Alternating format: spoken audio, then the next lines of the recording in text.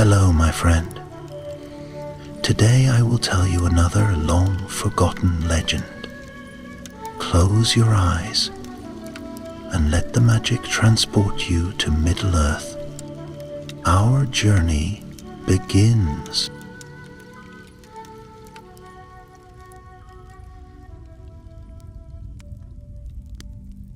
In the fair days after the fall of the Dark Tower, when peace had begun to stir in the ruins of war, and the white tree blossomed once more in Minas Tirith, the land of Ithilien was green and waking.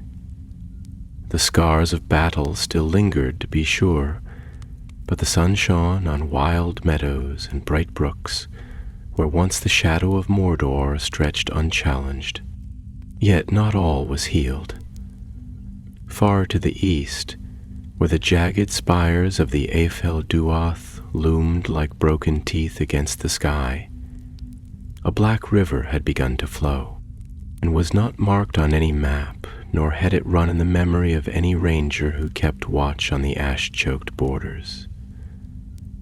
It came swiftly and in silence, trickling from a cleft in the mountains of shadow, winding like a dark thread through the broken hills of northern Mordor.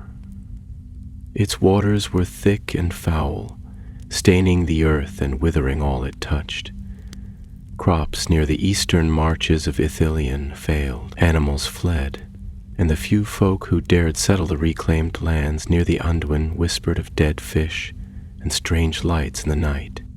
So it was that Captain Beregar, once a sword brother of Prince Faramir and a veteran of the Black Gate, was summoned to the new citadel of Aemon Arnin. Tall, broad-shouldered, and weather-worn, Beregar carried the quiet strength of one who had seen the world nearly fall to ruin, and yet still stood. He bowed before the prince with his hand upon his heart. "My lord," he said, "you summoned me." Faramir stood at the balcony, eyes distant, gazing eastward beyond the veil of morning mist. He turned. I did. Trouble stirs in the shadows once more. A river, black and bitter, flows from the Eifel Duath. We know not its cause nor its course, but the land sickens beneath it, and men fear what it portends. Beregar did not flinch. "You would have me find the source?" "Yes," said Faramir. "Take no more than 5. Move swift and quiet. Bring word of what festers there.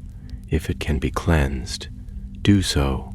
If not, return." So the ranger bowed again and made his preparations. By dusk that same day, Beregar rode out from the gates with 5 companions. Merion, the keen-eyed scout from Las Sarnach, Torthil, stout and silent, whose axe had felled many a foe, Callan, youngest of the company and full of questions, Eridan, an archer with a bow strung from yew grown in Lothlorien's shadow, and Halmor, an old friend and healer, whose wisdom had saved more lives than his sword ever had. They rode east, beneath a sky painted gold and rose, the road winding through glades still blooming from spring's gentle hand. But as they crossed into the barren lands nearer to Mordor, the light grew pale and the air turned dry and strange. It was on the 4th day that they saw it. The Black River. It crawled from the mountain's base, slow and heavy, like tar spilled from some unseen wound. Trees nearby were bleached and bare, stones glistened with a strange sheen, and the grass, where it dared grow, curled in upon itself, as though recoiling from the water's touch. The rangers dismounted. Merion crouched beside the stream, dipping a gloved finger into the dark flow. He sniffed it, then wiped it quickly on a rock. "It smells of rot and something worse," he said, "like old death steeped in iron. Barraker nodded grimly. We follow it upstream. Stay wary. This is no natural thing. They walked now, for the land grew rough and jagged, strewn with broken stone and the remnants of old war. Blackened armor and shattered blades still lay half buried in the dust. The bones of orcs, men, and beasts whispered of the storm that had passed, but not yet passed entirely. As night fell, they made camp on a rocky rise above the river's twisting path. No fire was lit. Instead, they huddled close beneath their cloaks, watching the stars wheel above like silent sentinels. It was Kaelin on the first watch who saw the lights. Faint, flickering, like pale green torches, they hovered low to the ground, far upstream, just at the edge of sight. He blinked, rubbed his eyes, and looked again. Still there, he roused Barraker quietly. The captain rose without a word, crawling to the edge of the ridge and peering into the night. Veit Unhingil, muttered Halmar, who had joined them. I have seen such things in the Morgul Vale, harbingers of sorcery. Barraker's jaw tightened. We go at first light, and so they did. As dawn bled red across the hills, the company moved swiftly and silently along the river's bank. The land grew more broken the farther they climbed, less like earth, more like the twisted bones of some ancient beast. Sharp ridges, cracked gullies. The river, once a stream, now churned in narrow channels thick with oily foam. Around midday, they found the gate. Half buried in the face of a crag was a black archway, hewn by skillful hands long vanished. Dwarven work, perhaps, though old beyond reckoning. Its lintel bore no name, but a rusted chain hung across the entrance, broken long ago. From within the river flowed. The companions stood in silence. Marion broke it.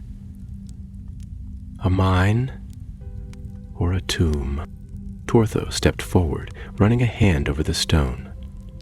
Not dwarves of Durin's folk, he said, but dwarves indeed. This place was cut deep, and not for gold. Barragar unslung his sword. We go in. And so the rangers crossed into shadow once more, beneath the mountain where no sun shone, to seek the source of the river that poisoned the land. What they would find within, none could yet say, but already the air grew colder, and the river whispered. Something was waiting. Something old, something awakened. The dark maw of the gate loomed before them, half swallowed by stone and time, a wound in the flesh of the mountains that bled the black river ceaselessly. No birds sang above it, and no wind stirred the ash-laced air. With weapons drawn and hearts guarded, the company of rangers crossed the threshold into the mountain, their boots muffled against the dust of centuries. Inside, the world narrowed. The light of day fell away behind them, dwindling to a pale sliver as they descended into the bones of the earth. They moved by the glow of torches, their flickering flames casting long shadows that danced across the cold, damp walls. The air was thick and still, heavy with the scent of mold and iron, and the river ran beside them still, though now it hissed softly, a sound like whispering voices at the edge of hearing. The tunnel, clearly once a dwarven road, descended in slow, winding steps. The stonework was not of Khazad-dûm's high and noble craft, but it bore the mark of laboring hands, skilled in carving paths through the deep roots of the world. Pillars flanked the way at intervals, some broken, others scorched, and all thick with spider webs and silence. From time to time they passed chambers whose doors lay in ruin, storehouses emptied long ago, forges long grown cold, and barracks whose beds of stone were cracked and crumbling. Barrier moved at the fore, his sword drawn, torch held high. His face was set and hard, and though no fear touched his words, his steps bore the weight of care. Behind him walked Memarian and Calin, the scout's eyes sweeping the darkness, while the younger ranger kept close, his gaze darting at every noise. Torthil and Eredin guarded the rear, with Hallmar in their midst, his hand ever near the satchel of herbs and salves that hung at his side. They had walked nearly a mile into the mountain's heart when the tunnel opened into a vast hall, its roof lost in shadow and its far walls echoing with the soft, steady flow of the river. Here, ancient lanterns hung from iron chains, their glass long shattered, their frames rusted. In the center of the chamber rose a dais, square and stern, and upon it stood a great basin of black stone. From its depths the river spilled in silence. The companions drew near, and Beregar motioned for quiet. "The source lies here," he murmured, frowning. "Yet this is no spring. The water does not bubble or rise. It spills as if poured by unseen hands." Hallmar stepped forward, his brow furrowed, and peered into the basin. The water within was thick, darker than pitch, and it did not ripple with their breath or the touch of their torchlight. It reflected nothing, not the ceiling, nor their faces, only endless black. He dipped a slender rod into the surface and drew it out. The end of the wood smoked and hissed, its edge corroded and soft as if dipped in acid.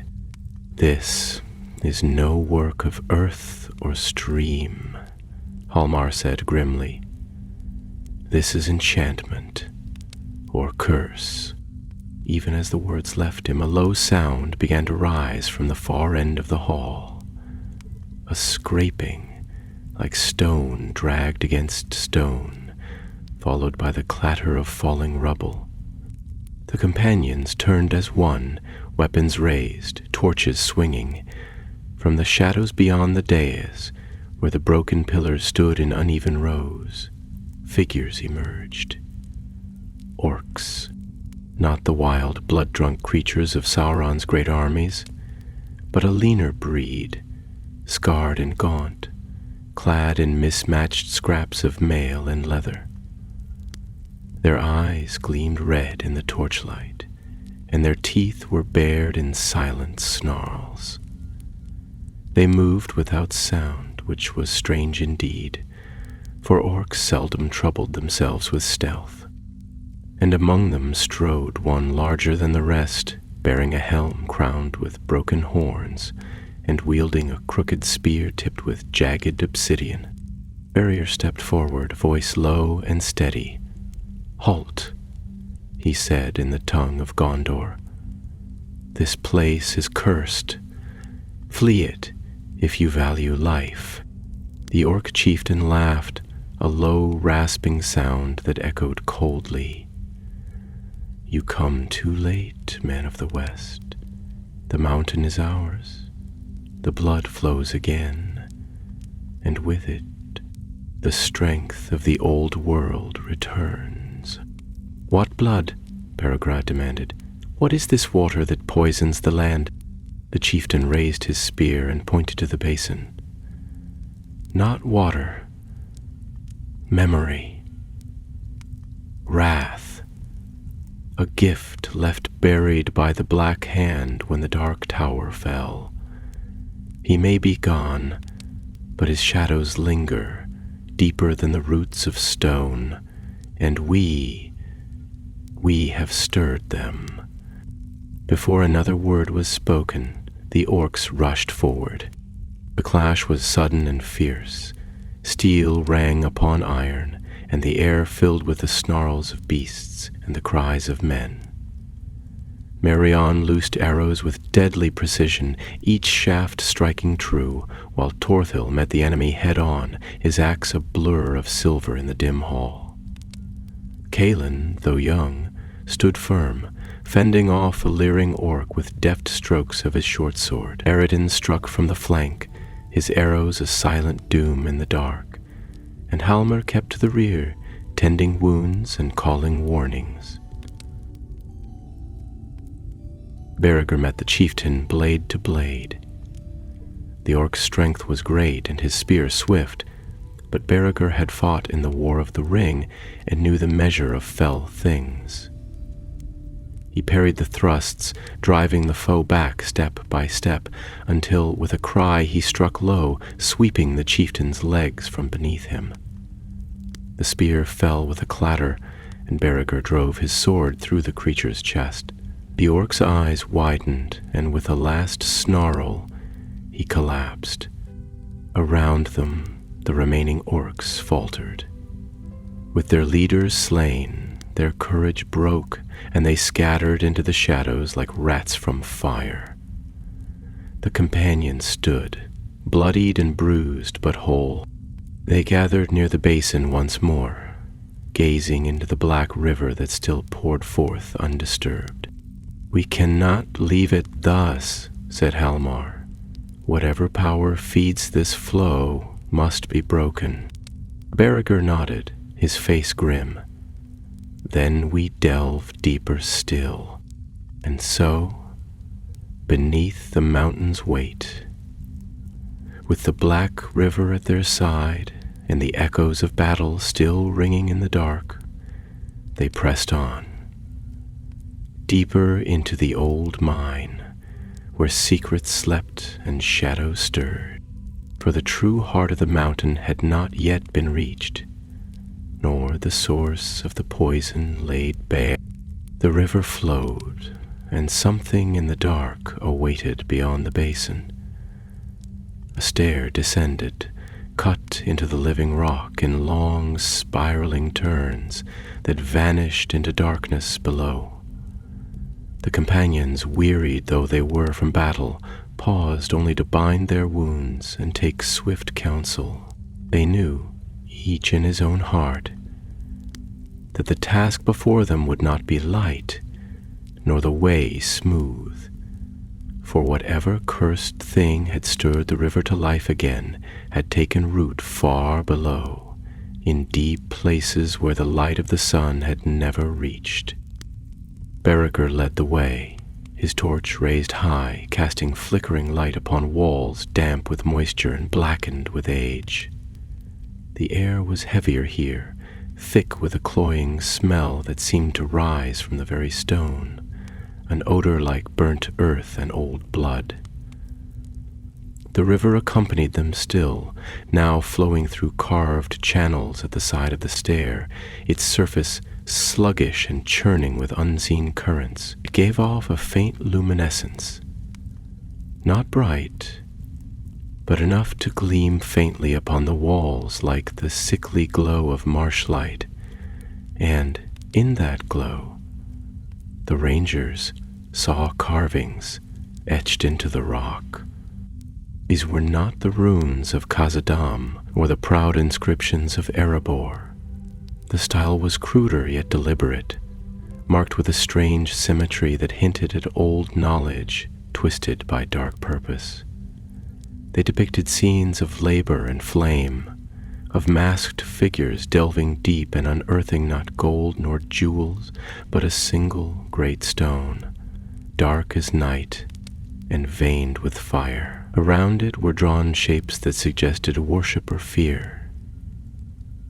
Rows of bowed heads, supplicants before a force they could neither control nor comprehend.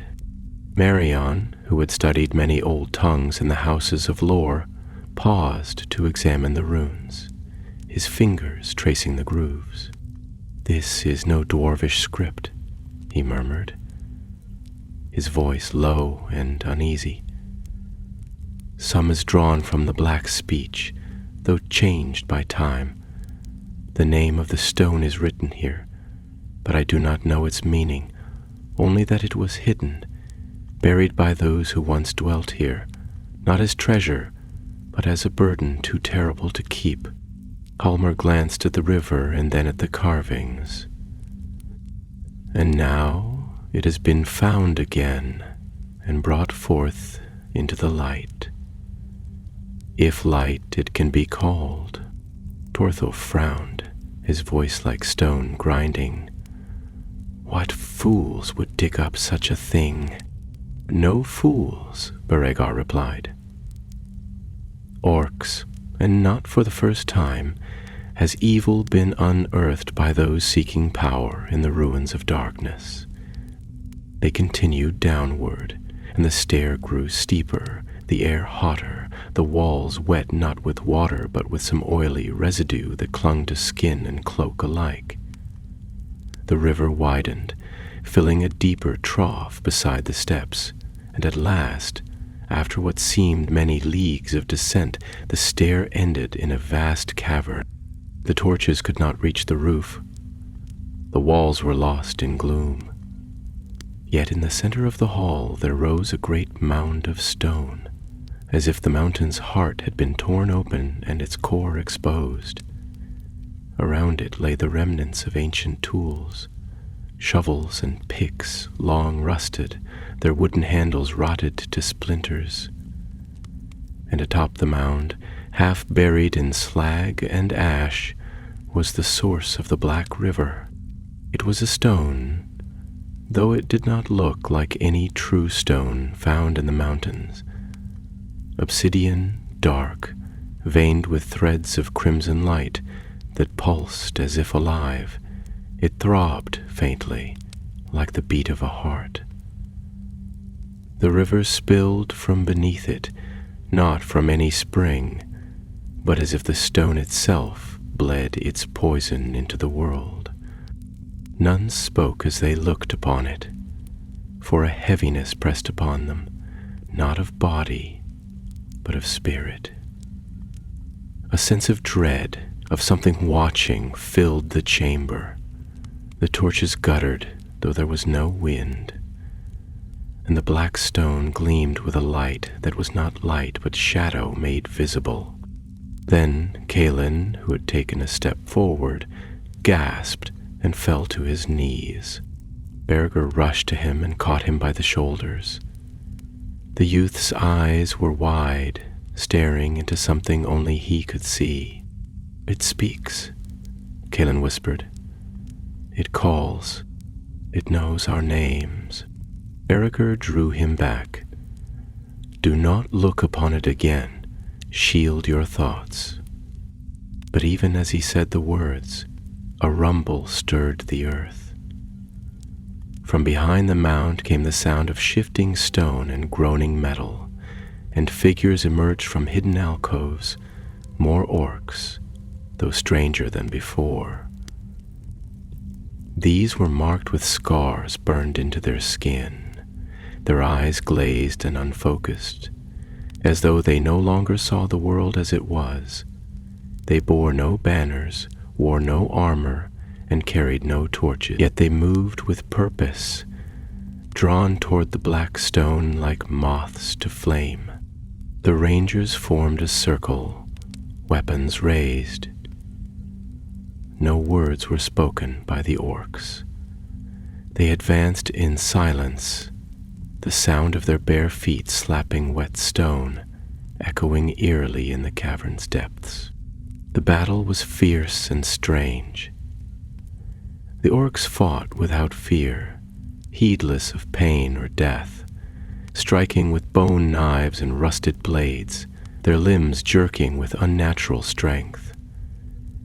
Kalin, recovered from the stone's pull, fought beside Beregar with fierce determination, while Marion loosed arrows from behind a pillar of stone. Torfiel stood like an iron wall, holding back the rush with axe and shield, and Eredin moved through the fray like a shadow, cutting down foes before they knew he was near.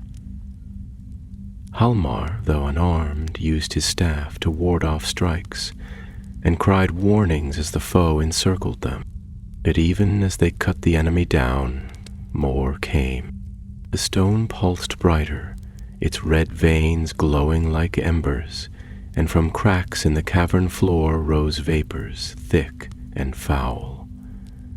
The black river surged, flooding its channel, reaching toward their boots. The chamber shook again. Berriger turned to Halmar. "We cannot hold them forever. We must destroy the stone." Halmar's eyes were grim. "It is not a thing made by mortal hands. Not even fire may mar it. And we bury it," Berriger said, "and seal the river with it." He gave swift orders. Torfil and Eridan were to hold the passage. Memarian and Kalin would climb the mound and search for a way to shift the stone. Halmar would prepare an explosion from the black powder carried for such deep delving, a last resort in case of collapse. As they moved to carry out his will, the ground trembled once more, and a voice, deep and cold, filled the air. Not the voice of a living thing, but a memory woven into stone, carried on the black river's breath. "I see you." The companions froze. "You walk where the servants of the Eye once knelt. You dare to touch that which was sealed. You are too late." And from the far end of the chamber, something began to rise. Tall, shrouded in rags of blackened mail, with a helm like a crown of thorns and eyes that burned with pale fire, a figure stepped forth. Not orc, nor man, but something between.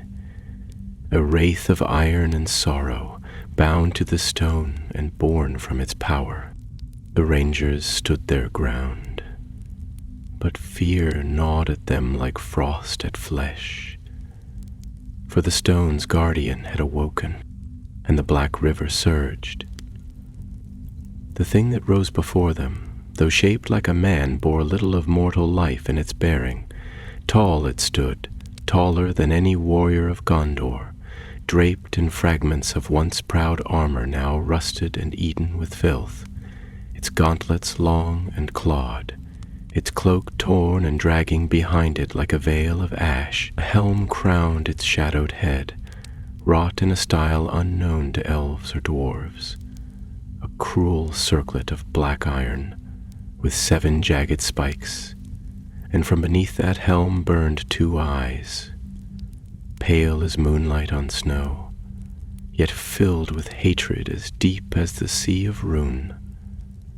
When it moved, the air grew colder, and a weight pressed down upon the hearts of the living, as though the mountain itself leaned in to listen. None among the company needed to speak to know what had risen, for though the 9 were no more, and the power of the ring-wraiths broken with the fall of Barad-dûr, the echoes of that darkness had not been wholly cast out from the roots of the world. This wraith bore no ring, yet it had been shaped by the same malice. A shadow given form by the black stone's long slumber. It had no name that the rangers knew, and none cared to give it one, for it was a thing from before names, before fire and memory. It was will given deathless hunger. Berriger, standing at the fore, raised his sword, though his limbs were heavy and his breath came short. He looked to his men, and their eyes met his, not in despair, but in the grim steadiness of those who have chosen their path and would not turn aside, even before the gates of doom. Around them the black river surged higher, lapping at their boots as though drawn by the presence of the wraith, eager to flood and claim the cavern as its domain. "Stand with me," Bargar said, his voice low but unshaken. "For Gondor and for the living lands beyond." And they did. Torhil planted his feet and hefted his axe with a grunt. Eredin moved like wind to the left, vanishing behind a cluster of fallen stone. Maerion knocked an arrow and drew it back to his ear, the point gleaming in the dim light. Kaelin, though pale, gripped his sword with both hands and swallowed his fear. Halmar, closest to the mound, knelt beside the satchel of black powder and began his work, fingers steady even as his brow glistened with sweat. The wraith raised one hand, long and skeletal, and the torches guttered lower. A sound like the sigh of the deep earth echoed through the cavern, and at its call the maddened orcs surged forward once more, no longer striking in frenzy, but in worshipful fury, as if seeking not victory but the blessing of death. Beregar met them with a shout, and the clash began anew. He cut down the first orc with a swift stroke, and the second with a backhanded swing, but they came on regardless, heedless of pain. Merion's arrows fell like the rain of spring, swift and sure, and each found its mark, yet even those struck through the heart stumbled onward until felled a second time. Torthil cleaved a path through them with brutal precision, and Eredin moved through the shadows, felling foes from behind, unseen but ever near.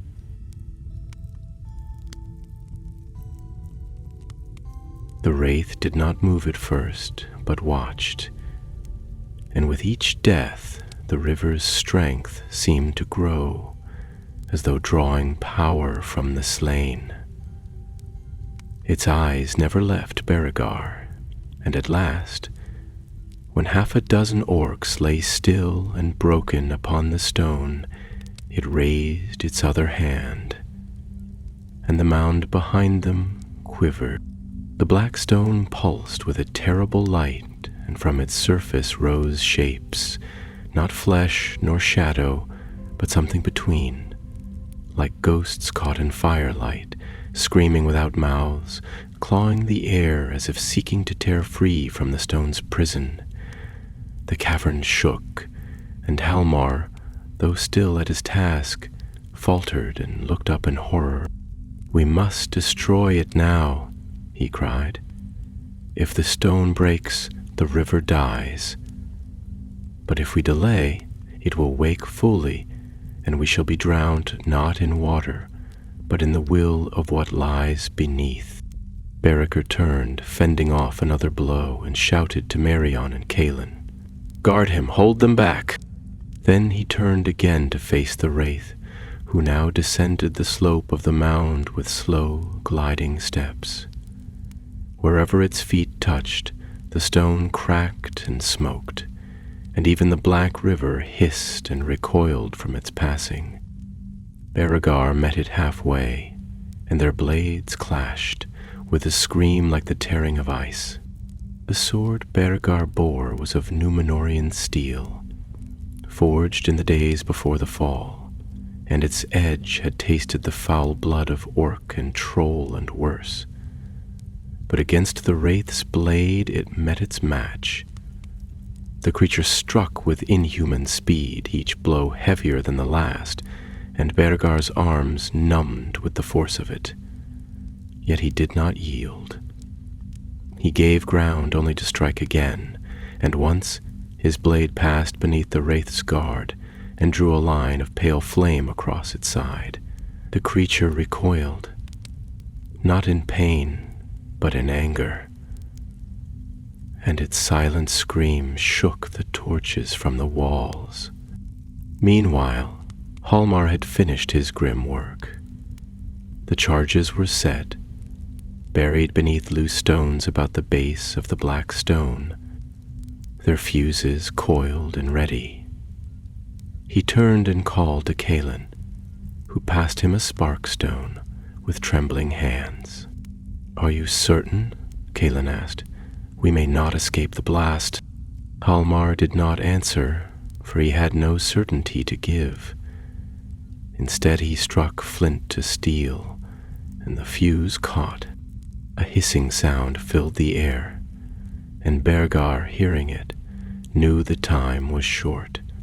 He ducked a killing blow and threw himself backward, shouting for retreat.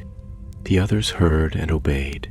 Falling back toward the stairs, the fuse burned swiftly toward its end. The wraith raised its hand once more, and the river surged to meet them, a wall of black water rising from the channel like a living thing. But before it could fall, there came a sound like the cracking of thunder. The mound erupted, a blast of fire and stone and shattering force that threw the wraith backward and flung the rangers to the ground. The black stone split in two, a great rent running through its core, and from it burst a column of red light that pierced the roof of the cavern and turned to smoke. The river shrieked, if water could scream, and then fell silent, its flow broken.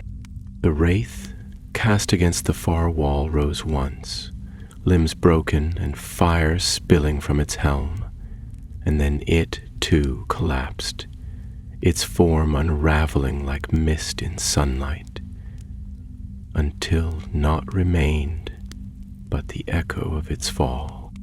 The cavern groaned, and the roof began to shift. Bergar staggered to his feet, bloodied but unbroken. "Out," he gasped. "No." Together, limping, dragging the wounded, they fled up the stair, as behind them the stone gave way. Walls fell, the river sank into silence, and the mountain's breath grew still. They emerged into the light of day as the sun set behind Ithilion's hills.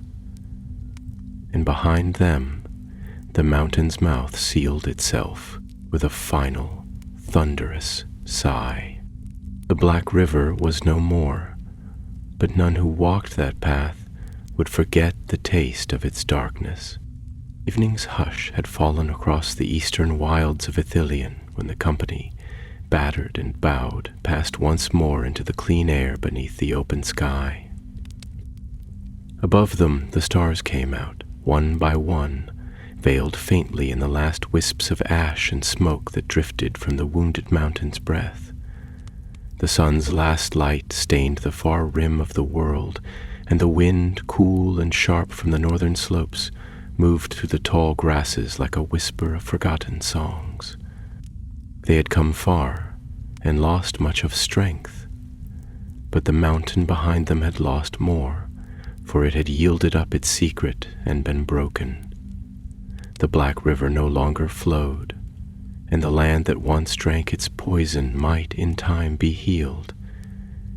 Yet the hearts of the rangers were heavy, and none among them raised their voices in triumph, for they had touched something far older and darker than they had reckoned, and the memory of it clung to them as the smoke of fire clings to the skin. Bergar led them westward, his gait slow and stiff from the blow he had taken in the cavern, though he bore it without complaint. At his side walked Helmar, his face pale and drawn, for the fire that had broken the stone had not spared his hands entirely, and they were wrapped in cloth soaked in healing draughts. Calin walked near them both, saying little, though often his gaze strayed to the horizon, as if seeking in the fading sky some promise of home. Torthil and Eridan brought up the rear, their weapons sheathed but ready, while Marion, ever watchful, scouted the path ahead, his steps lighter than they had been, though his eyes were still shadowed. They came in 3 days to a high place among the hills, where the trees had begun to return, and birds called once more from the canopy. There they halted, for their wounds needed tending, and their minds had not yet unshackled themselves from the deep gloom of the mountain. On that hill, beneath an ancient beech whose limbs reached like a crown toward the heavens, they made a small fire and sat together in silence. It was Helmar who spoke first, his voice low and thick with weariness. "The stone was not meant to be unearthed," he said. There are things beneath the world, buried by time and sealed by need, that no hand, be it man or orc, should ever seek again. I fear we have seen but a glimpse of what evil may yet remain, scattered and sleeping. Torthel nodded, his face grim. The Wraith. Was it one of the 9? Or something worse? I do not know. Beregar replied, looking into the flames. It bore no ring, and its form was not known to me, though I fought beside Prince Faramir in the siege of Minas Tirith, and saw the ring-wraiths with my own eyes. Yet there was a likeness. I deem it was not one of them, but some echo of their kind, fashioned after their image, perhaps, or born of the same black lore. It may have been a spirit that lingered in the time before the ring was forged, chained to the stone by some fragment of the enemy's will. Merion stirred, his eyes gleaming in the firelight. Then the question remains, how many more such stones lie buried? What relics of the shadow still sleep beneath our feet, waiting only for desperate hands or greedy hearts to awaken them? For a long time none answered. The wind rustled the leaves above, and the fire popped softly. Then Cailan spoke, his voice quiet. Even so, we destroyed it.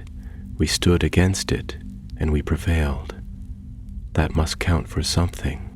Beregar smiled faintly, though there was no mirth in it.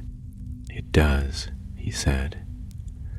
But victory in such matters is not like victory in war. There is no banner to raise, no cheer of cities saved. Only silence, and the memory of what was faced, and the knowledge that the world is made a little more whole, for now. They rested that night beneath the stars, and though their dreams were uneasy, they were not troubled by shadows, for the mountain's eye had closed, and the black river no longer reached for them.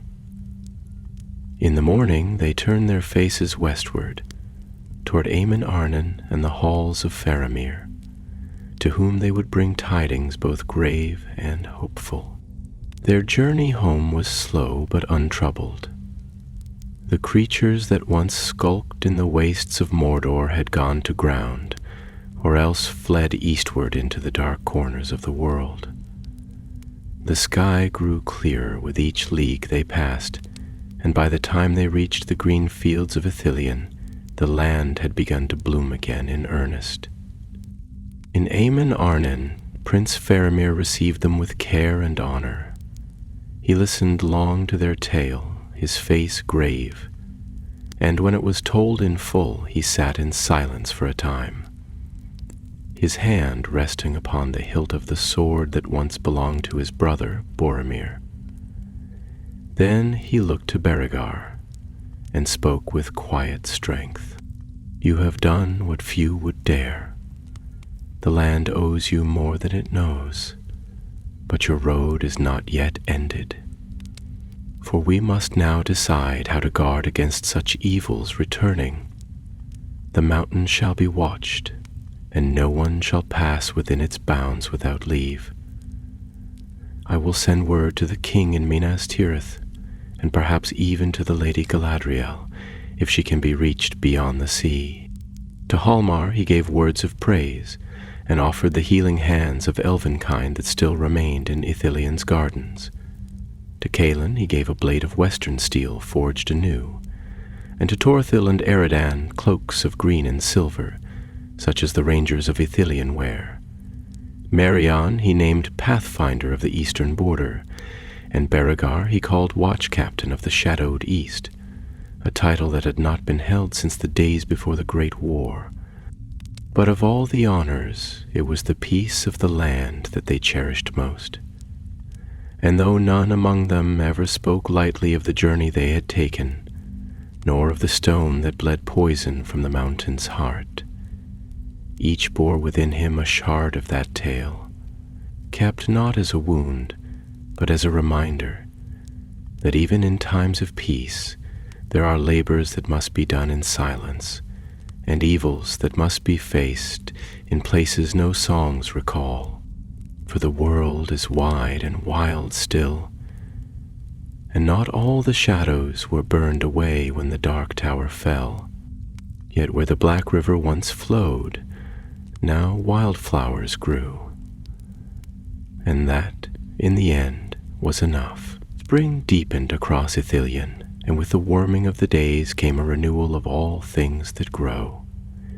The shadow that had long lingered in the eastern marches faded like breath on glass, and the birds that had once fled from the poisoned wind now returned in flocks to nest among the ruined towers and stony hills. Grass sprang anew in the valleys, even upon the scarred plains where the black river had soaked the soil, and in the groves tended by the hands of elves and men together. Flowers blossomed where only ash had lain. Golden Eleanor and Nifredel, like pale stars, and small white bells whose names had been forgotten by the world, but remembered by the earth. Yet peace, though welcome, was not without its weight. Though the stone beneath the mountain had been broken, and the wraith that guarded it laid to rest, the tale was not over.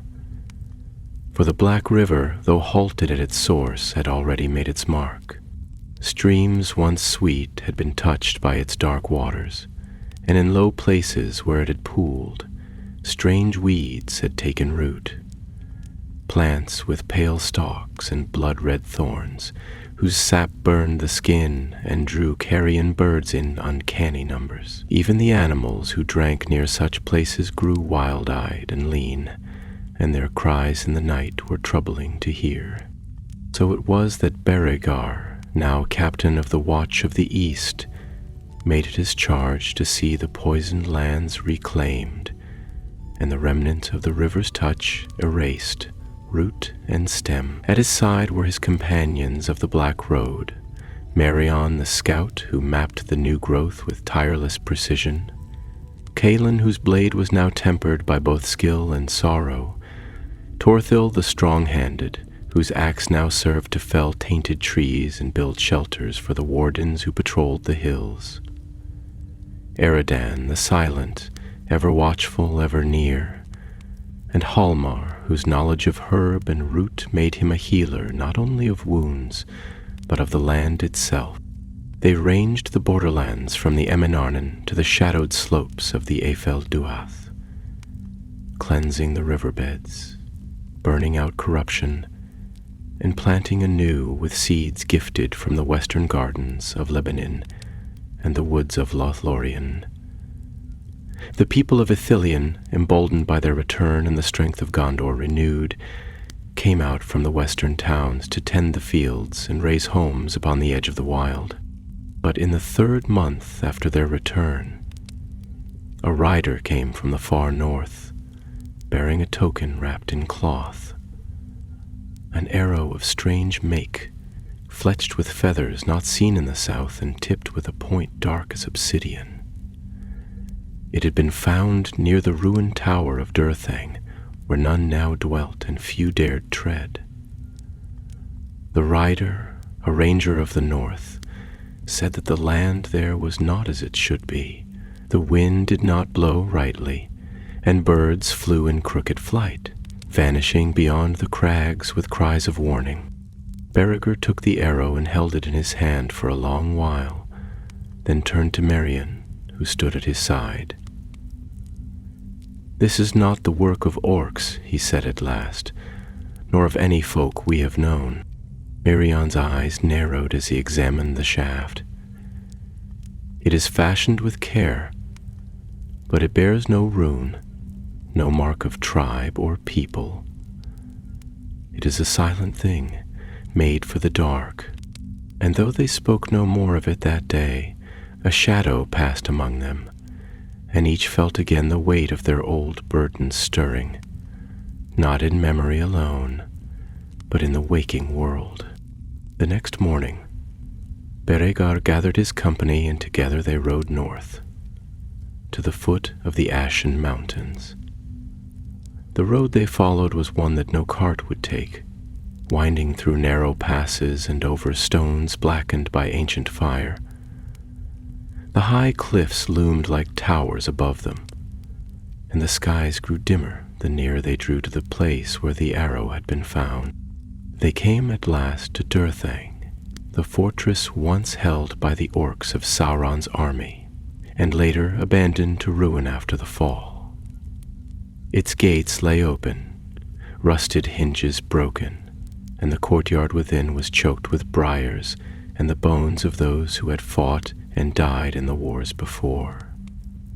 Yet the tower itself still stood, narrow and sharp, rising from the stone like a blade thrust into the heart of the land.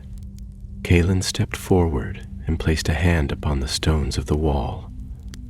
"This place feels wrong," he said, "as though it waits to breathe." Almar bent low beside a shattered fountain where black moss had overtaken the basin. "This is not natural. These weeds feed on memory and decay. They thrive in places where sorrow lingers." They entered the tower with care, blades drawn, eyes sharp. The stair within creaked under their weight, and the air was close and cold. Windows, narrow as arrow slits, let in only a sliver of gray light, and the dust that stirred at their passing was thick and still. In the highest chamber they found signs of recent use: an old table cleared of cobwebs, a brazier whose coals had been cold only a day or two, and a map pinned to the wall with a dagger not of Gondor's make. Upon the map were markings in ink both red and black, circles drawn around ruins, lines traced between peaks, and strange symbols scrawled in a script neither elvish nor the tongue of men. But among them, at the edge of the paper, there was one word written in a hand both precise and shaking. "Ornelst." Marion frowned. "That is not a place I know." "Nor I," said Beregard, taking the map and folding it with care. "But someone knows it, and someone has been here, studying what was once buried." Tuortha looked from the map to the narrow window and out upon the eastern horizon, where the land stretched empty and cold toward the mountains of shadow. "Do you think the stone was the only one?" "No," Beregar answered. "I do not." And with that they descended the tower, silent and grim. The sky had begun to darken as they rode away from Duratong, and the wind that met them upon the plain was bitter and full of dust. The map, held close beneath Beregar's cloak, felt heavier than parchment should, and in the far east, beyond hills too distant to name, a storm was rising. Quiet still, but gathering. The black river had ceased to flow, but the hand that set it free may not have rested. The wind over the Efel Duath carried with it a breath of the old east, dry and laden with the scent of stone and distant ruin, as though the very bones of Mordor remembered their long servitude and mourned the silence of their masters. Beregar and his company returned southward with grim minds and troubled thoughts, their horses weary and their hearts weighed with what they had seen in the Tower of Durthang. They spoke little on the road, for the map now held in Beregar's keeping was not a simple relic of forgotten days, but a sign that someone or something stirred once more in the shadows of the world. When they reached the green borders of Eminarnen, the sun had already passed into early summer, and the woods of Ithilien stood in full bloom, their leaves rich with light and life. It was a land redeemed, bright with promise, and yet the company bore with them the chill of higher paths and unseen watchers. They dismounted at the gates of Faramir's house, and Berengar was brought at once to the high chamber where the prince received him in the cool of evening. The room was open to the west, and the last gold of the sun spilled through tall arches carved with flowing vines and the symbols of Númenor's long-lost pride. Faramir stood in the light, robed in green and white, his hair touched now with threads of gray, though his face still bore the nobility of his line. He turned as Berengar entered, and when he looked into the captain's eyes, he saw all that had passed before even a word was spoken. "So it was not ended," said Faramir quietly, his voice like water over stone. Berengar bowed, then stepped forward, placing the arrow upon the table, followed by the folded map. "We found the fortress of Durthang not empty, but watched. Someone has returned, though we saw no face nor heard any voice. The arrow was found near the gates, and this map within the highest chamber. It bears markings we do not understand, and a name." Faramir took the map and studied it in silence. When he spoke again, it was with the careful weight of one who had walked long in dark places. "Varnost. The name is unknown to me, yet it is old. It bears the shape of Sindarin, but its roots may lie deeper still, perhaps drawn from the early days of the First Age, when the Noldor gave names to the high vales of the east. I shall send this to the king and to the lore masters of the north." And then he looked again to Berengar, and his voice grew firmer. "But I will not wait for answers carried by crows. This threat lies too near. You have followed the Black River to its source and broken the stone that poisoned the land. Now you must follow the trail beyond it." Berengar bowed again, though his shoulders bore the weariness of many roads. "Then I shall ride at once." "You shall not ride alone," said Faramir. "Take whom you will, and seek this Varnost. If the map does not lie, it lies beyond the Ash Mountains, in the lands where few have walked since the days of war. Take care, you do not ride against orcs alone, nor tour war as we have known it. This is the kind of evil that hides behind masks and speaks in whispers, poisoning wells and words alike." So it was that, after a brief time of rest and counsel, the company was gathered again, not in triumph, but in purpose renewed. Morion, ever faithful, brought with him his worn satchel of maps and the long knife of his people, its blade polished and notched with use. Eredin, silent as always, came cloaked in shadows, his bow slung across his back, its string wrapped in oiled cloth. Torthel bore a new axe, forged by the smiths of Minas Tirith with runes of strength along its head, and Callan, though young still, had grown into his place among them, his eyes clearer, his hands steadier than when first he had followed the Black River.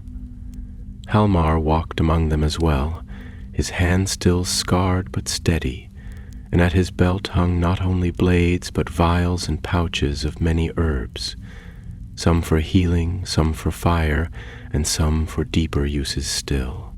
They rode east once more, this time not to halt a known evil, but to seek out one cloaked in secrecy. The trail led them beyond the bounds of Gondor, past the crumbled ruins of Nurn, where the Sea of Shadow had once fed the armies of Mordor. There they saw the signs of life returned, fields tilled by free folk, small villages rising where once slaves toiled. But these lands were wary still, and the people feared what lay beyond the mountain. "Strange lights have been seen," said one elder of the plains, his eyes hollow and rimmed with age. At night, The peaks shine with fire not born of stars, and sometimes there are voices, thin as wind, yet too steady for any storm. So they pressed on, leaving the gentler slopes and climbing into the crags of the ashen wall. The path grew narrow, the days longer and the nights colder. As they passed through high passes where no trail had been kept, they found old cairns, stones marked with faded signs of the dwarves of the east, and sometimes with skulls, not always orcish, set atop them as grim totems. The birds did not follow them there. It was in the 6th day among the high passes that they saw it. Far across the mountains, hidden in a fold of hills where the land dropped sharply into a bowl of ash and dark stone, there rose a tower. Not tall as Barad-dûr had been, nor proud as the towers of the west, but crooked and black, its walls twisted as if shaped not by hands, but by fire and hate. Around it rose no smoke, and no banner flew from its height. But it watched. Even from afar the rangers felt its presence. It stood not like a fortress, but like a wound that had never closed, and the wind that blew from that hollow stank of burnt metal and things that should not breathe. "That," said Beauregard, pointing to the tower, "is Varna." They made their camp upon a ridge that night, far enough to remain unseen, but near enough to watch. No fire was lit, and they wrapped themselves in silence.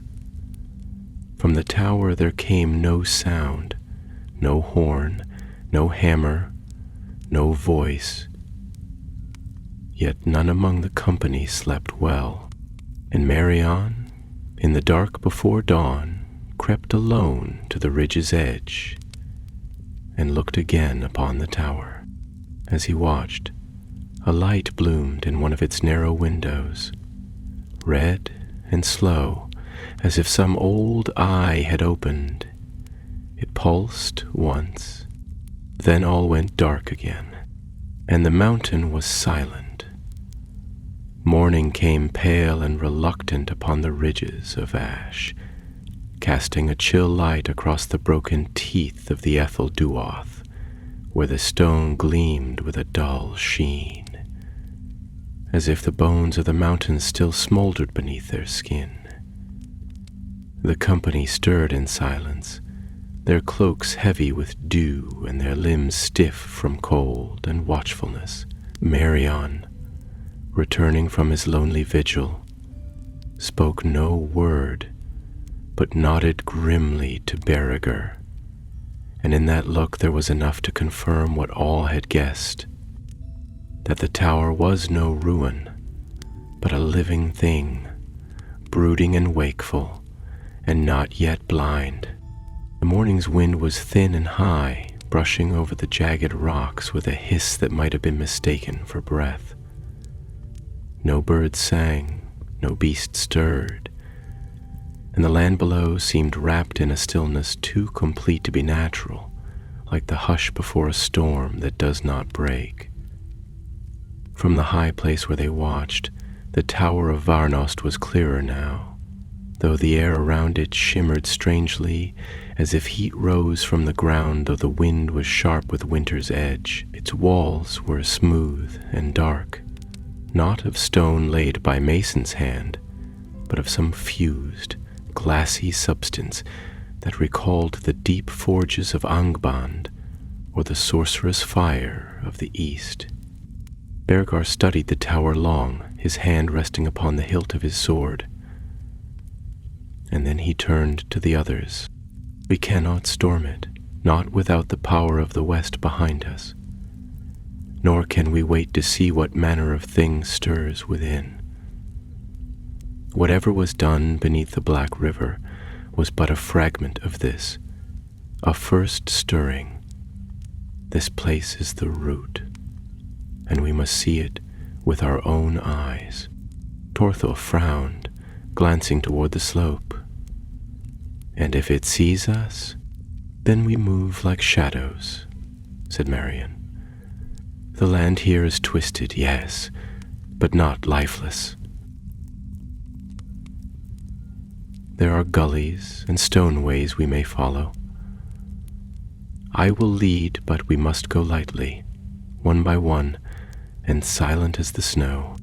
And so it was that, under the waning sun of that day, the company left their high perch and began the slow descent into the hollow of Varnost.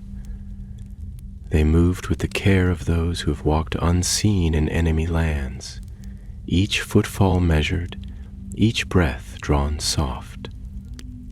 The rocks beneath them were treacherous, loose with gravel, cracked with old heat, and often the way led through narrow cuts where the wind wailed like a voice in pain, but Marion guided them true, weaving a path between the ridges and shadows, always with one eye upon the tower and the other upon the land.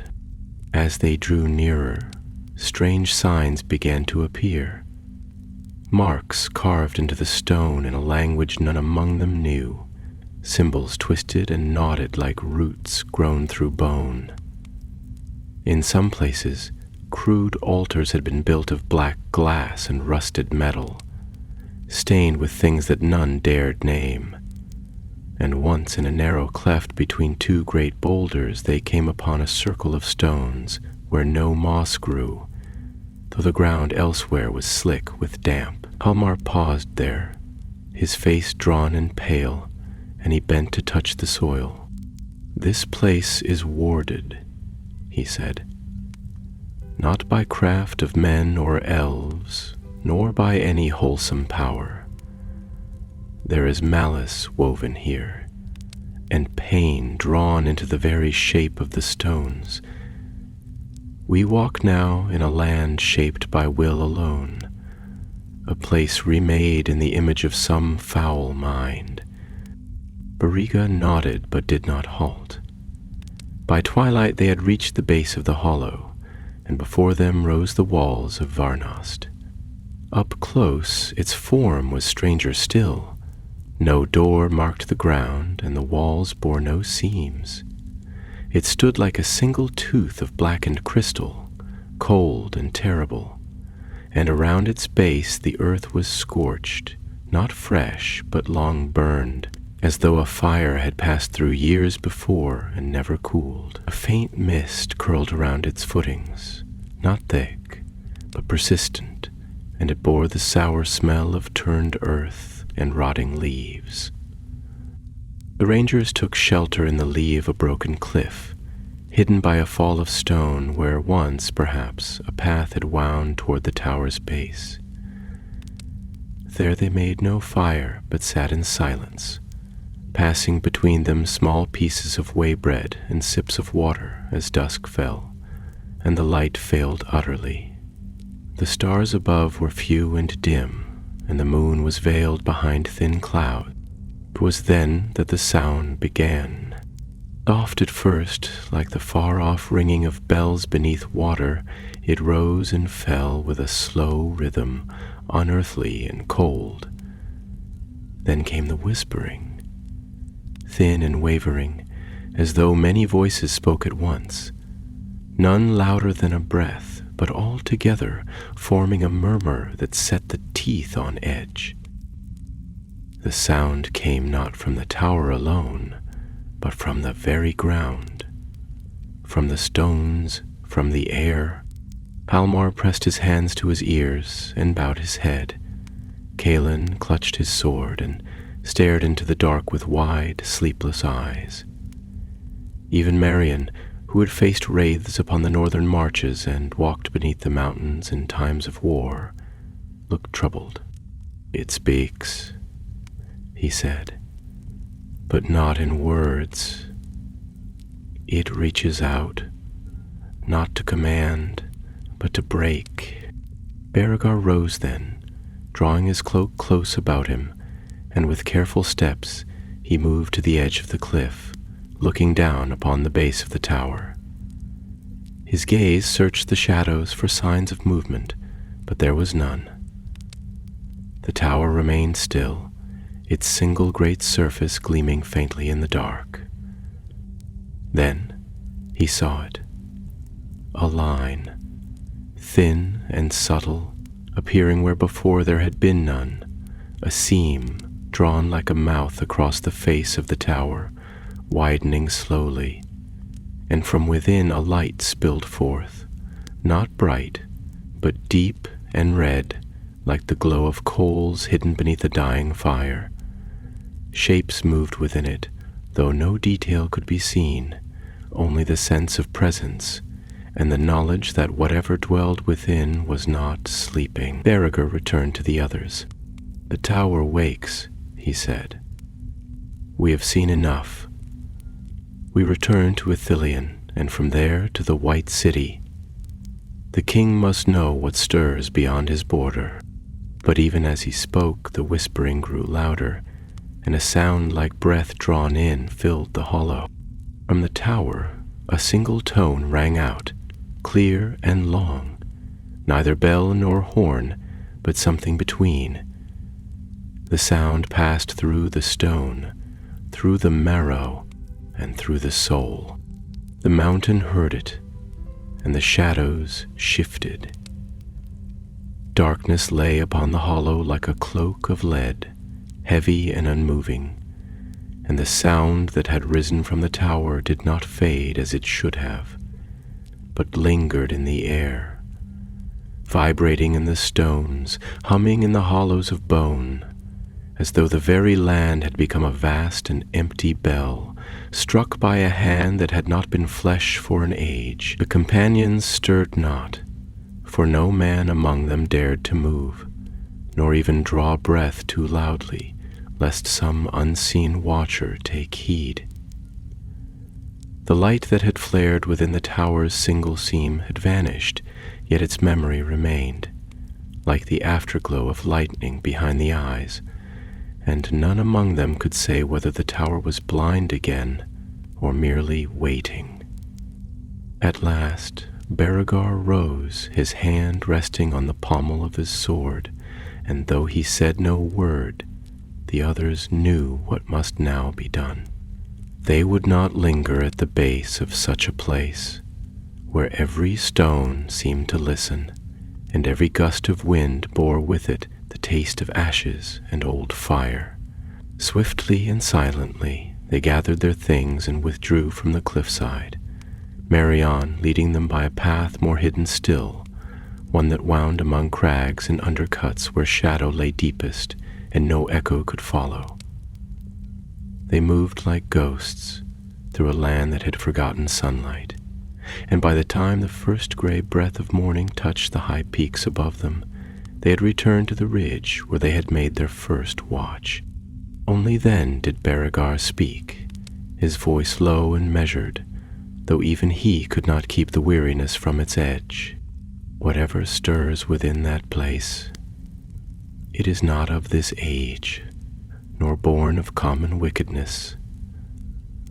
There is purpose behind its silence, and mind behind its stillness. I do not believe it sleeps, though it may seem to. It watches and waits, but for what I do not know." Hallmar, who had remained quiet for long, now stirred from his place among the stones, his face pale with strain. "It is not merely a fortress," he said, "nor even a temple. That place was not built, but shaped, like molten metal poured into a mold long prepared, and its purpose is not war, not in the manner of swords and spears. It seeks not to conquer, but to unravel. The sound we heard, it was not a signal alone, but a summons. Something calls from within, and calls to something without." Torthiel looked northward toward the line of the mountains, his brow dark. "Then let us strike it now, before it can call more loudly. The tower may be silent again, but who knows how long that stillness will last. Let us bring it down, or bury it in stone." But Berengar shook his head. No axe of ours would mar that place, and no fire we carry could touch it. The very walls are of some old fire, hardened against time and blade. We must bring word to the king and to the lords of the north, and if there is power in Middle-earth yet that may undo such a thing, it lies not in our hands alone. So it was that they turned their backs on Varnost, though none did so gladly. They made their way once more through the high passes, swift now and silent, for the land seemed to listen with greater hunger than before, and often they paused to watch the heights, where the snow clung to the cliffs like a shroud, and the wind cried like a beast without name. They spoke little, for the tower's voice lingered in their minds, and sleep came only in broken fragments, when it came at all. On the third day of their journey, as they made camp near the ruins of an old watchtower fallen and overgrown with brambles, Redden returned from his solitary patrol with a face as still as winter. "There are others upon the road," he said, "not men of Gondor, not orcs.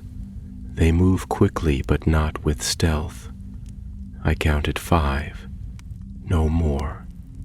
Their cloaks are dark, and they do not carry torches, though the night is black.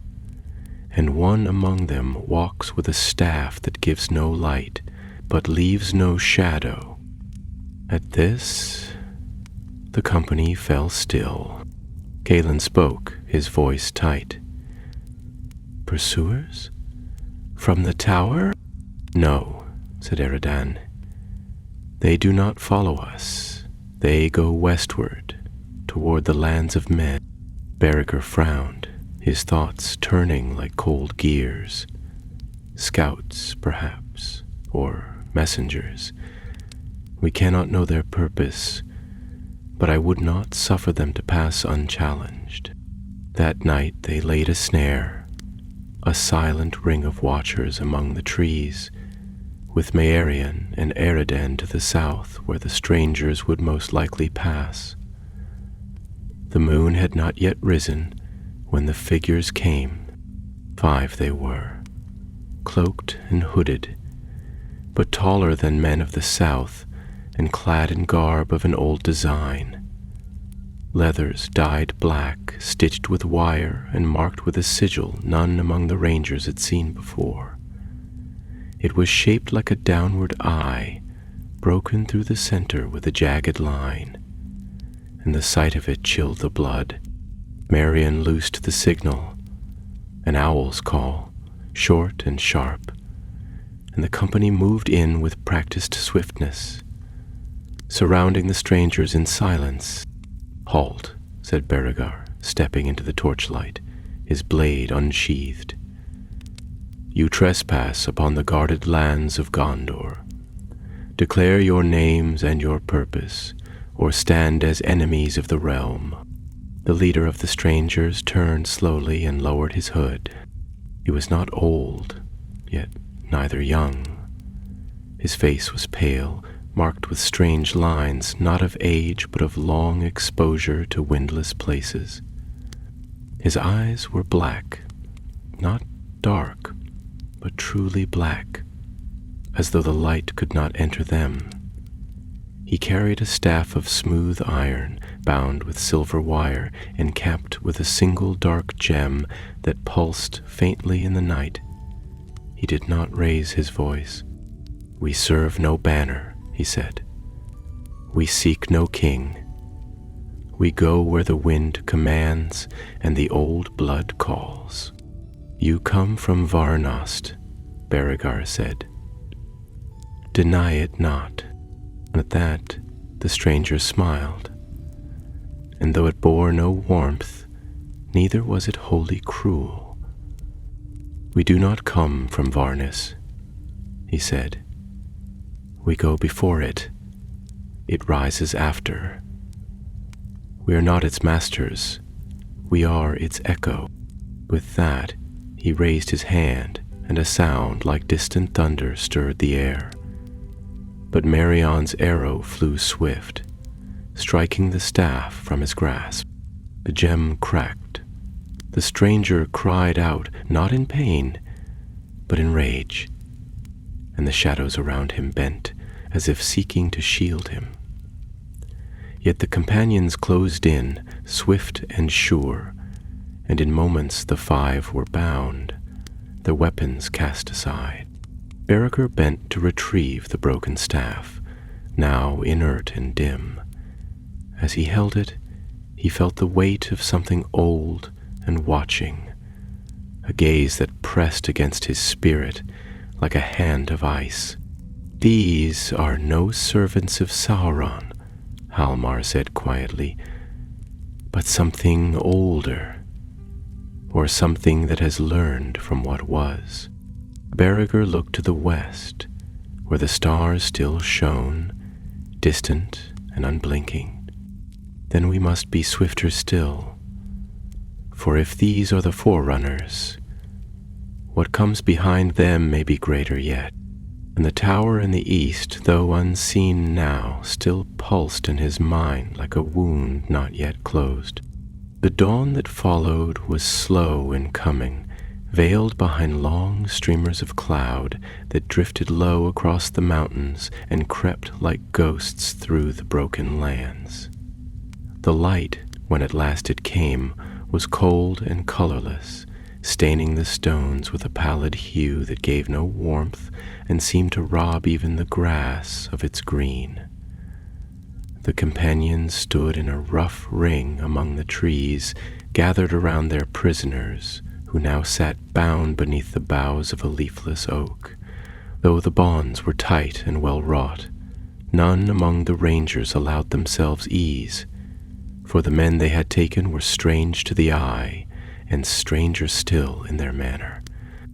They spoke little, and when they did, their words were not those of the tongue of Gondor or any speech known to the west. They whispered to one another in voices like water running beneath ice, soft and sibilant, yet full of a rhythm that hinted at older roots, perhaps even older than the black speech, though woven with its shadow. One of them, the leader whose staff now lay broken at Beregagar's feet, had not spoken since his capture, but his eyes were watchful, and there was in his stillness a quality that set the teeth on edge, like the silence that falls before a great storm. Halmar moved among the prisoners, watching them with the wary eye of one who has tended too many wounds in too many dark places. He bent once to examine the wrist of the tallest among them, and when he pulled back the sleeve, he drew in a sharp breath. There, etched into the flesh, not by blade or fire, but by some art more vile, was a mark. A circle bound in thorns, pierced by a single black line from crown to root, with small runes scrawled within. The lines writhed faintly beneath the skin, pulsing with a rhythm that matched not the man's heartbeat, but something else, slower and deeper, as if tied to a will far off. "These are not merely servants," Halmar said, his voice low. "They are bound, not by chains of iron, but by vow and enchantment. Whatever power stirs in Varnus, it has laid hold of them, body and soul." Berriger stood nearby, holding the broken staff. Though the gem atop it no longer shone, there was still a weight in the thing, a presence that could not be seen, but pressed against the hand and whispered faintly in the corners of thought. He wrapped it in a cloth and bound it in his pack, for though he would not suffer its use, neither would he leave it behind. "We ride west," he said, "and quickly. These prisoners shall be brought before the prince, and then to the king if he so wills it. This is not a matter for captains and rangers alone. The power behind these men reaches far, and its hand has already begun to move. They broke camp with care, and by noon were already on the lower slopes of the mountains, the hollow of Varnost far behind them now, hidden in the haze of distance and the curve of the land. Yet none among them believed it was truly behind them. Even in the open air, beneath the wide sky, the sense of watching lingered, as though something unseen now followed in their wake, silent as a shadow and twice as cold. Their path bent southward through the ravines of Lithlad, where the wind howled between tall cliffs and the sun was ever veiled. There, in narrow passes and under leaning stones, they made swift progress, for the land was still wild and largely untrodden, even in this age of peace. But it was not empty. Strange signs appeared along their way, carvings newly made upon the rocks, symbols drawn in charcoal and pitch, bones arranged in patterns that bore no mark of animal hunger. Once they passed a cairn that had been torn open from within, the stones cast outward as if by hands that fled rather than entered. The name upon the oldest stone was in the script of Gondor, and Halmar whispered that it had marked the resting place of a man who fell in the War of the Ring. No beast stirred, no bird flew overhead, and though they watched the sky, they saw no sign of the winged servants of the enemy that had once darkened the air. Yet the silence was no less heavy for the lack of wings. On the 7th day they reached the edge of Ithilien, where the green began once more and the trees grew tall and fair. There the land welcomed them, and the wind lost its bite, though the prisoners, still silent, looked upon the woods with a loathing so deep they trembled in their bonds. Their fear of the growing things was greater than that of blade or fire, and Beregar marked it well. By the time they came again to Aemon Arnon, word had already passed ahead of them. Faramir met them at the gate, his face shadowed with concern, for though he had known Beregar long and trusted him well, never had the Comptacid returned from any errand with such grim tidings and such strange cargo. He listened to the tale beneath the branches of the white elm in the courtyard, and his brow darkened as each word was spoken. When Beregir at last brought forth the broken staff and laid it before him, the prince did not touch it, but studied it long. "This was not made in the forges of the enemy," he said, "nor by any lore kept in the houses of the wise. The sigils are of the east, but twisted, as though another hand has taken them and made of them a new thing." He looked then to the prisoners, who now sat beneath guard, still unmoving, their faces as unreadable as stone. "These men are not free. Whatever speaks through them does so from afar. We must send them to Minas Tirith, and quickly. The king must be told, and Mithrandir, if he can be found. This shadow is not one we can fight with swords alone." To Beregar he gave a new charge, that he and his company should ride north to Osgiliath, and thence to the city, where counsel could be taken in the Hall of Kings, and messengers sent even to the havens of the elves and the deep libraries of Rivendell. "For if Varnost wakes," said Faramir, "it may be that what lies within it is older than the kingdoms of men, and older perhaps than the memory of the world." And so, on the following morn, the company rode west again, bearing not just news, but a warning. And behind them, in the deep hollows of Mordor, the tower stood unshaken, waiting still. Yet far away upon the wind came the faintest sound of horns, not of war, but of remembrance, as though something forgotten had spoken its name again. The road to Minas Tirith lay fair beneath the high summer sun, winding like a silver ribbon through the wide fields of Lebanon, and across the low hills that bordered the Anduin, where the river flowed broad and deep, its surface gleaming with the light of the noonday sky. Trees lined the wayside, tall poplars and beeches, and in the meadows the grass stood tall and golden, stirred by a wind that bore with it the scents of blossom and warm earth. Yet for all the beauty of the land, the hearts of the company were not at ease, and their thoughts, like storm clouds upon a fair horizon, turned again and again to the dark tower that still brooded in the east. Barraker rode at the head, his eyes fixed forward, though his mind dwelt on the words of Prince Faramir and the weight of the charge that had been laid upon him.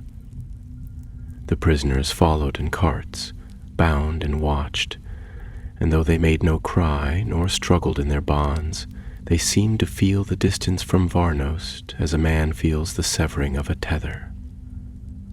Their gazes were distant, unfocused, but at times their lips moved silently, as though they whispered to things unseen. At night they slept little, and those who kept the watch said the air grew colder near them, though the stars shone clear and bright overhead. The road was not long, for the rangers moved swiftly, and the lands of Gondor lay open before them.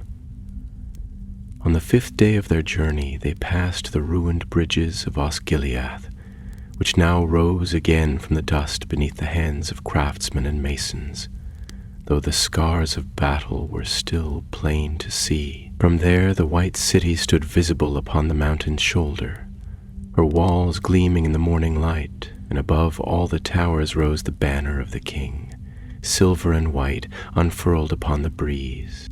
Minas Tirith welcomed them not as returning warriors, for no trumpet heralded their coming, but as silent messengers, grim of bearing, and burdened with tidings that would not be welcome in the days of peace. They were brought without delay to the citadel, where the king held court in the tower of Ecthelion, and there, in a chamber high above the city, beneath the white dome of the king's hall, they stood before Elisar Telkondar, who had once been Aragorn of the Dunedain, and now ruled Gondor and Arnor in the restored might of the west. The king sat upon the high seat, clad not in war gear but in the simple robes of state, his brow circled by the Elendilmir, and his hand resting upon Anduril, flame of the west, which hung in peace at his side. His eyes, grey as the sea and deep with wisdom, turned upon Berengar as he entered, and though his face was calm, there was no mistaking the tension that passed through the hall as the captain bowed and began his tale. He spoke long, from the first stirrings of the Black River to the fall of the stone and the rise of the tower in the east. He named the place Varnost and laid the map before the king, along with the broken staff and the tokens found in the tower of Durthang. And last he spoke of the prisoners, the silent men who bore the mark upon their skin and whispered in tongues long forgotten. The king listened in silence, and none interrupted him. When Berengar had done, the hall was still. Then the king rose. "I have walked many roads in my time," said Elisar, "and fought many foes, both of flesh and of spirit. I have stood upon the walls of Minas Tirith when fire rained from the sky, and walked the paths of the dead when no man would follow. Yet what you speak of now is not a shadow returning, but something else, something that watched while Sauron rose and fell, something that did not stir when the ring was broken, but waits still in silence." He turned then to Gandalf, who stood to the right of the throne, cloaked in grey and crowned with white. as tall and unbowed as when he had last passed into the west. Yet now he was silent, and his staff did not shine. For though he had tarried in Middle-earth by the king's counsel, his time was waning, and his sight turned more often now to things unseen. "There are names," said Gandalf at last, "that have not been spoken since before the elder days. Powers that fell not in battle, but in the deep places, and were buried under time. Not all who served the darkness wore the eye. Some watched from afar, and some hid themselves within the roots of the world, whispering through stone and memory. If this Varnost is what I fear it may be, then the war we thought ended is not yet fully won." At this the king nodded, and the hall darkened, as though a shadow passed before the sun. "We must not meet this darkness with fear, but with wisdom," said Elisar. "We shall send word to Rivendell, to the sons of Elrond, and to Thranduil in his halls beneath the green leaves of the north. Galadriel has passed beyond the sea, but others remain who know the old lore. Even Círdan, if he lingers still at Mithlond, must be told. We cannot face this alone." He turned then to Berengar. "You have done more than I could have asked, and more than many would believe. Yet your road is not ended. You shall ride again with my seal and with my blessing to seek what answers may be found in the north. Rivendell may yet hold the key to the name of Varnost and what lies sleeping there." And so it was that Berengar and his companions were given fresh horses and provisions, and the king's own standard, woven in silver upon blue, was placed in their keeping. The prisoners were held under watch within the deepest cells of the tower, guarded by those who feared no man and served not for gold but for love of their land. The staff, broken and dim, was sealed in a vault beneath the city, where none but the king and the wizard might enter. That night, the stars shone clear above the city of kings, and the bells rang slow and solemn in the upper levels, though no feast was held. The people did not know the full tale, but they felt the wind had changed, and in the eastern sky, just above the rim of the hills, a faint red hue could be seen, where none had been the day before. A dawn of fire, or a warning of what lay beyond the edge of light. And the road led northward once more. The road northward from the White City followed the winding course of the Anduin, passing first through the fields and hamlets of Anorion, where the hills rolled green and the forests reached out in long arms from the west. The banners of Gondor fluttered on the wind atop small watchtowers, and the people greeted the company with quiet reverence, for word had passed ahead of them, though not in full, and all knew that riders bearing the king's seal and the Grey Pilgrim's counsel did not set forth lightly in days of peace. Berengar rode at their head, his bearing grave, and in his hand he bore a letter sealed with the white tree and 7 stars, a missive of urgency addressed to the house of Elrond, should any of his kin still dwell in the hidden valley. Beside him rode Maymerion, ever alert, his eyes scanning the wood's edge and the sky alike. For though the lands of the north had long been quiet, no one among them doubted that the old peace was now strained if not broken. Borthil, grim and silent, bore his axe across his back, and Eredin moved like a shade, watchful even in daylight. Halmar rode in a wain behind them, tending to scrolls and signs, poring over every mark they had taken from the tower, and Calin, youngest among them still, rode with his eyes turned often to the east as if hoping to catch some glimpse of what now stirred beyond mortal sight. They crossed the Entwash and rode for many days beneath the shadowed eaves of Fangorn, where the trees whispered to one another in slow voices, and the air was thick with old memories. There they passed a day in the keeping of the shepherds of the woods, who asked no questions but gave rest and water and sent them on their way with nods of solemn understanding. For even the trees had felt the shifting wind and knew that old roots had been disturbed. Beyond Fangorn they entered the lands of Rohan, where the plains opened wide, and the green grasses bent before the wind like waves upon the sea. Eomer King had sent riders to meet them, for Faramir's word had gone ahead, and though the men of the Mark knew little of Varnost, they had long watched the mountains of the east with wary eyes.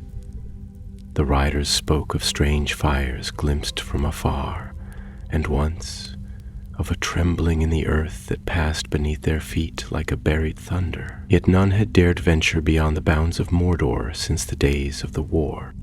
At Edoras, the companions rested for a night in the hall of Meduseld, where the king received them with courtesy and concern, and pledged that Rohan would stand beside Gondor should any new shadow fall upon the world. From there they turned westward toward the Gap of Rohan, and thence to the North Road, following the grey ribbon that led beyond the bones of Angrenost, and through the empty lands once watched by the rangers of the North. Long were the days and quiet the nights, yet the air grew colder, and the wind that came down from the misty mountains carried with it a scent not of snow, but of stone and fire long quenched. They passed the ruins of old keeps and watchtowers, some still strong, others sunken into the hills, and at last they came to the ford of Brunnen, where the waters ran swift and clear, and the bridge of white stone stood untouched by time. There they were met by the sons of Elrond, Lysin and Elrohir, who had remained in Middle-earth, though many of their kind had sailed west. Clad in cloaks of silver green and bearing blades of western S, they greeted Beregar with honor and welcomed the company into the hidden valley of Imladris, where the last light of the firstborn lingered in the trees and the stars were reflected in the waters as in ancient days. Though the house of Elrond was now quiet and few dwelt there, still its halls held wisdom and memory beyond reckoning. In the chamber of lore, beneath carvings wrought before the fall of Gil-galad, the tale was told again. The map was shown, the signs described, and the broken staff laid bare. Eladin listened in silence, and Elrohir turned the broken gem in his long fingers, and after a time he spoke. There was a name, he said, spoken only in whispers among our kind, and known to few, even in the elder days. Not a name of a place, but of a will, fragmented, buried, yet undying. Varnost, the watching mind. It was said to be a remnant of Amaya, who turned in the days before Morgoth gathered his first host. Too weak to follow the dark power to war, yet too proud to repent, it fled into the roots of the earth and buried itself in secret places, feeding upon fear, memory, and the pain of the world. It did not act, but waited and watched. When Sauron rose, it stirred, but he was too great, and so it slept again. Now, with the shadow fallen, it rises. And if it rises in full, Beregar asked, then it will not march with armies nor forge rings, Helladon said. It will whisper in dreams. It will unmake, not by fire, but by forgetfulness, by the slow death of meaning. That is its power. the dissolution of will. There was silence then, and the chamber grew heavy, as if the stones themselves remembered a grief too old to name. "But there is hope still," said Elrahir, "for it is not yet whole nor fully awake. If it can be bound again, sealed beneath rock and spell, it may sleep another age. There is one place where such work may be done. In the far north, beyond the Etten moors, lies a ruin older than Arnor, where the elves once shaped the earth in war against the Deep Ones.